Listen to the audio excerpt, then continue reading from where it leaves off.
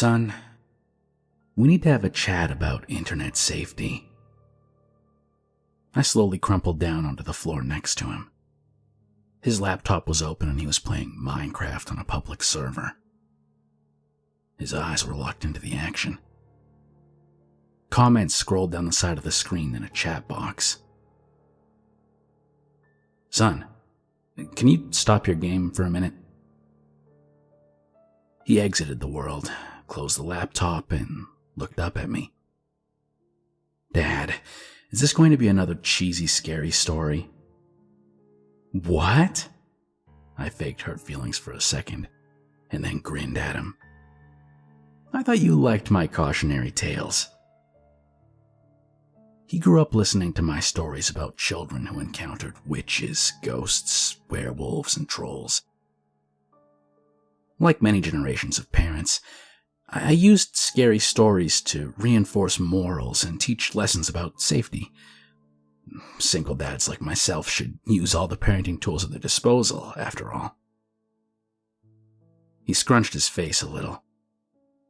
They were fine when I was 6, but now that I'm getting older, they don't scare me anymore. They seem kind of silly. If you're going to tell me a story about the internet, can you make it really, really scary? I squinted at him incredulously. He folded his arms. Dad, I'm 10 and I can handle it.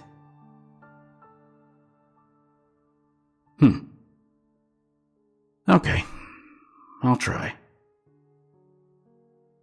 I began. Once upon a time, there was a boy named Colby.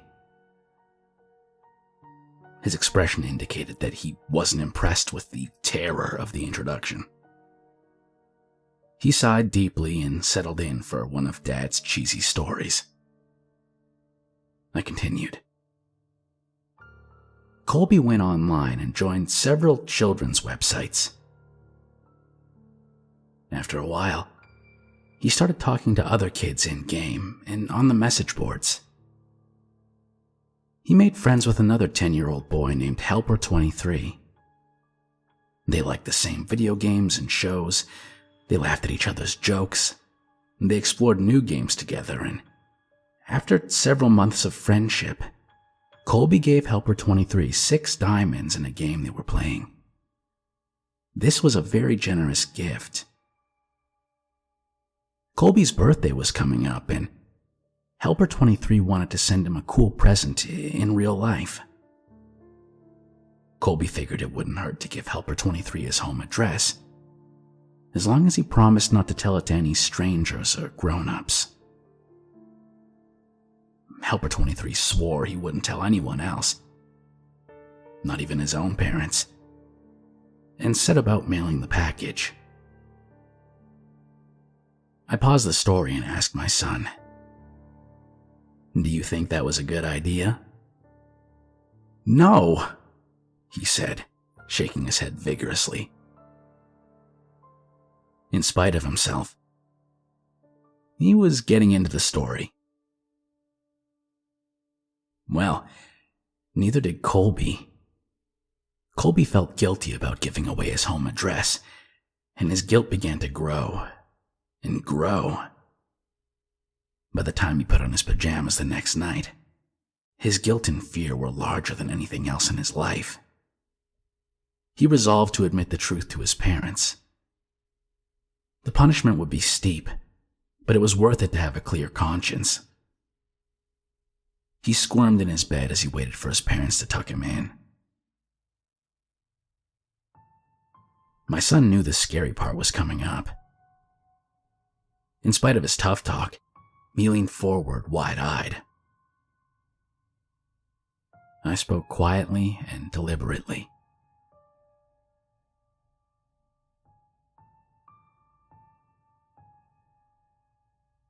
He heard all the noises of the house. The washing machine bounced around in the laundry room. Branches scraped against the brick outside his room. His baby brother cooed in the nursery. And there were some other noises that he couldn't quite pinpoint.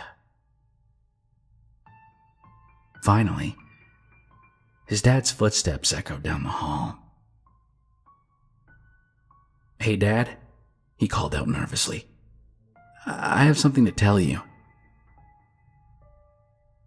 His dad stuck his head in the doorway at a weird angle.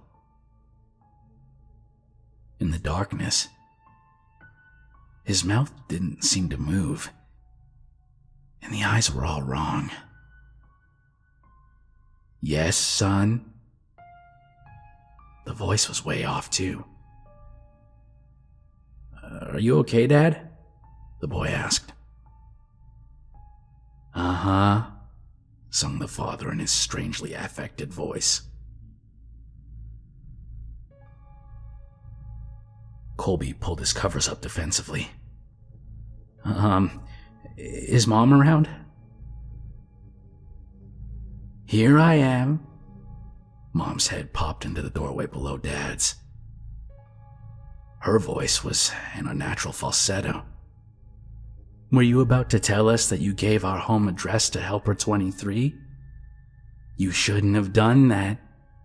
We told you never to give out personal information on the internet." She continued. "He wasn't really a kid. He just pretended to be one.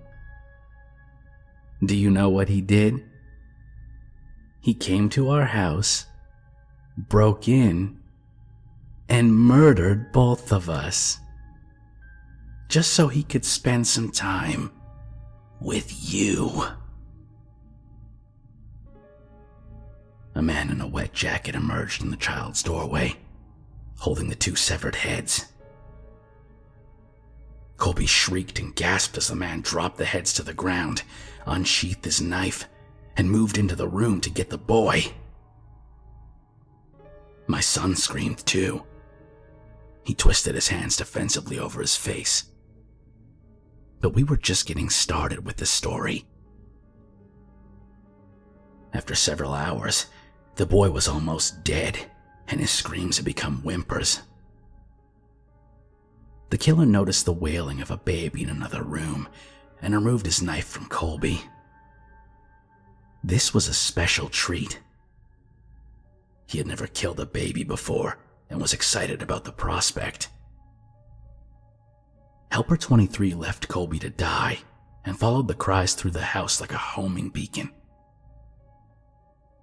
In the nursery, he walked to the crib, picked the baby up, and held it in his arms. He moved towards the changing table to get a better look. But as he held the baby, the crying died down. The baby looked up and smiled. Helper 23 had never held a baby before, but he gently bounced it in his arms like a pro. He wiped his bloody hands on the blanket so he could stroke the baby's cheek. "Hey there, sweet little guy." The beautiful rage of sadism melted into something warmer and softer. He walked out of the nursery, took the baby home, named him William, and raised him as his very own.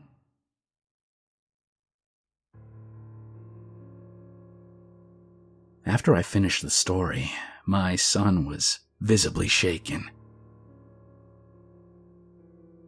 Between ragged staccato breaths, he stammered, "But Dad, my name's William." I gave him a classic dad wink and tousled his hair. "Of course it is, son." William ran up the stairs to his bedroom in a fury of sobs.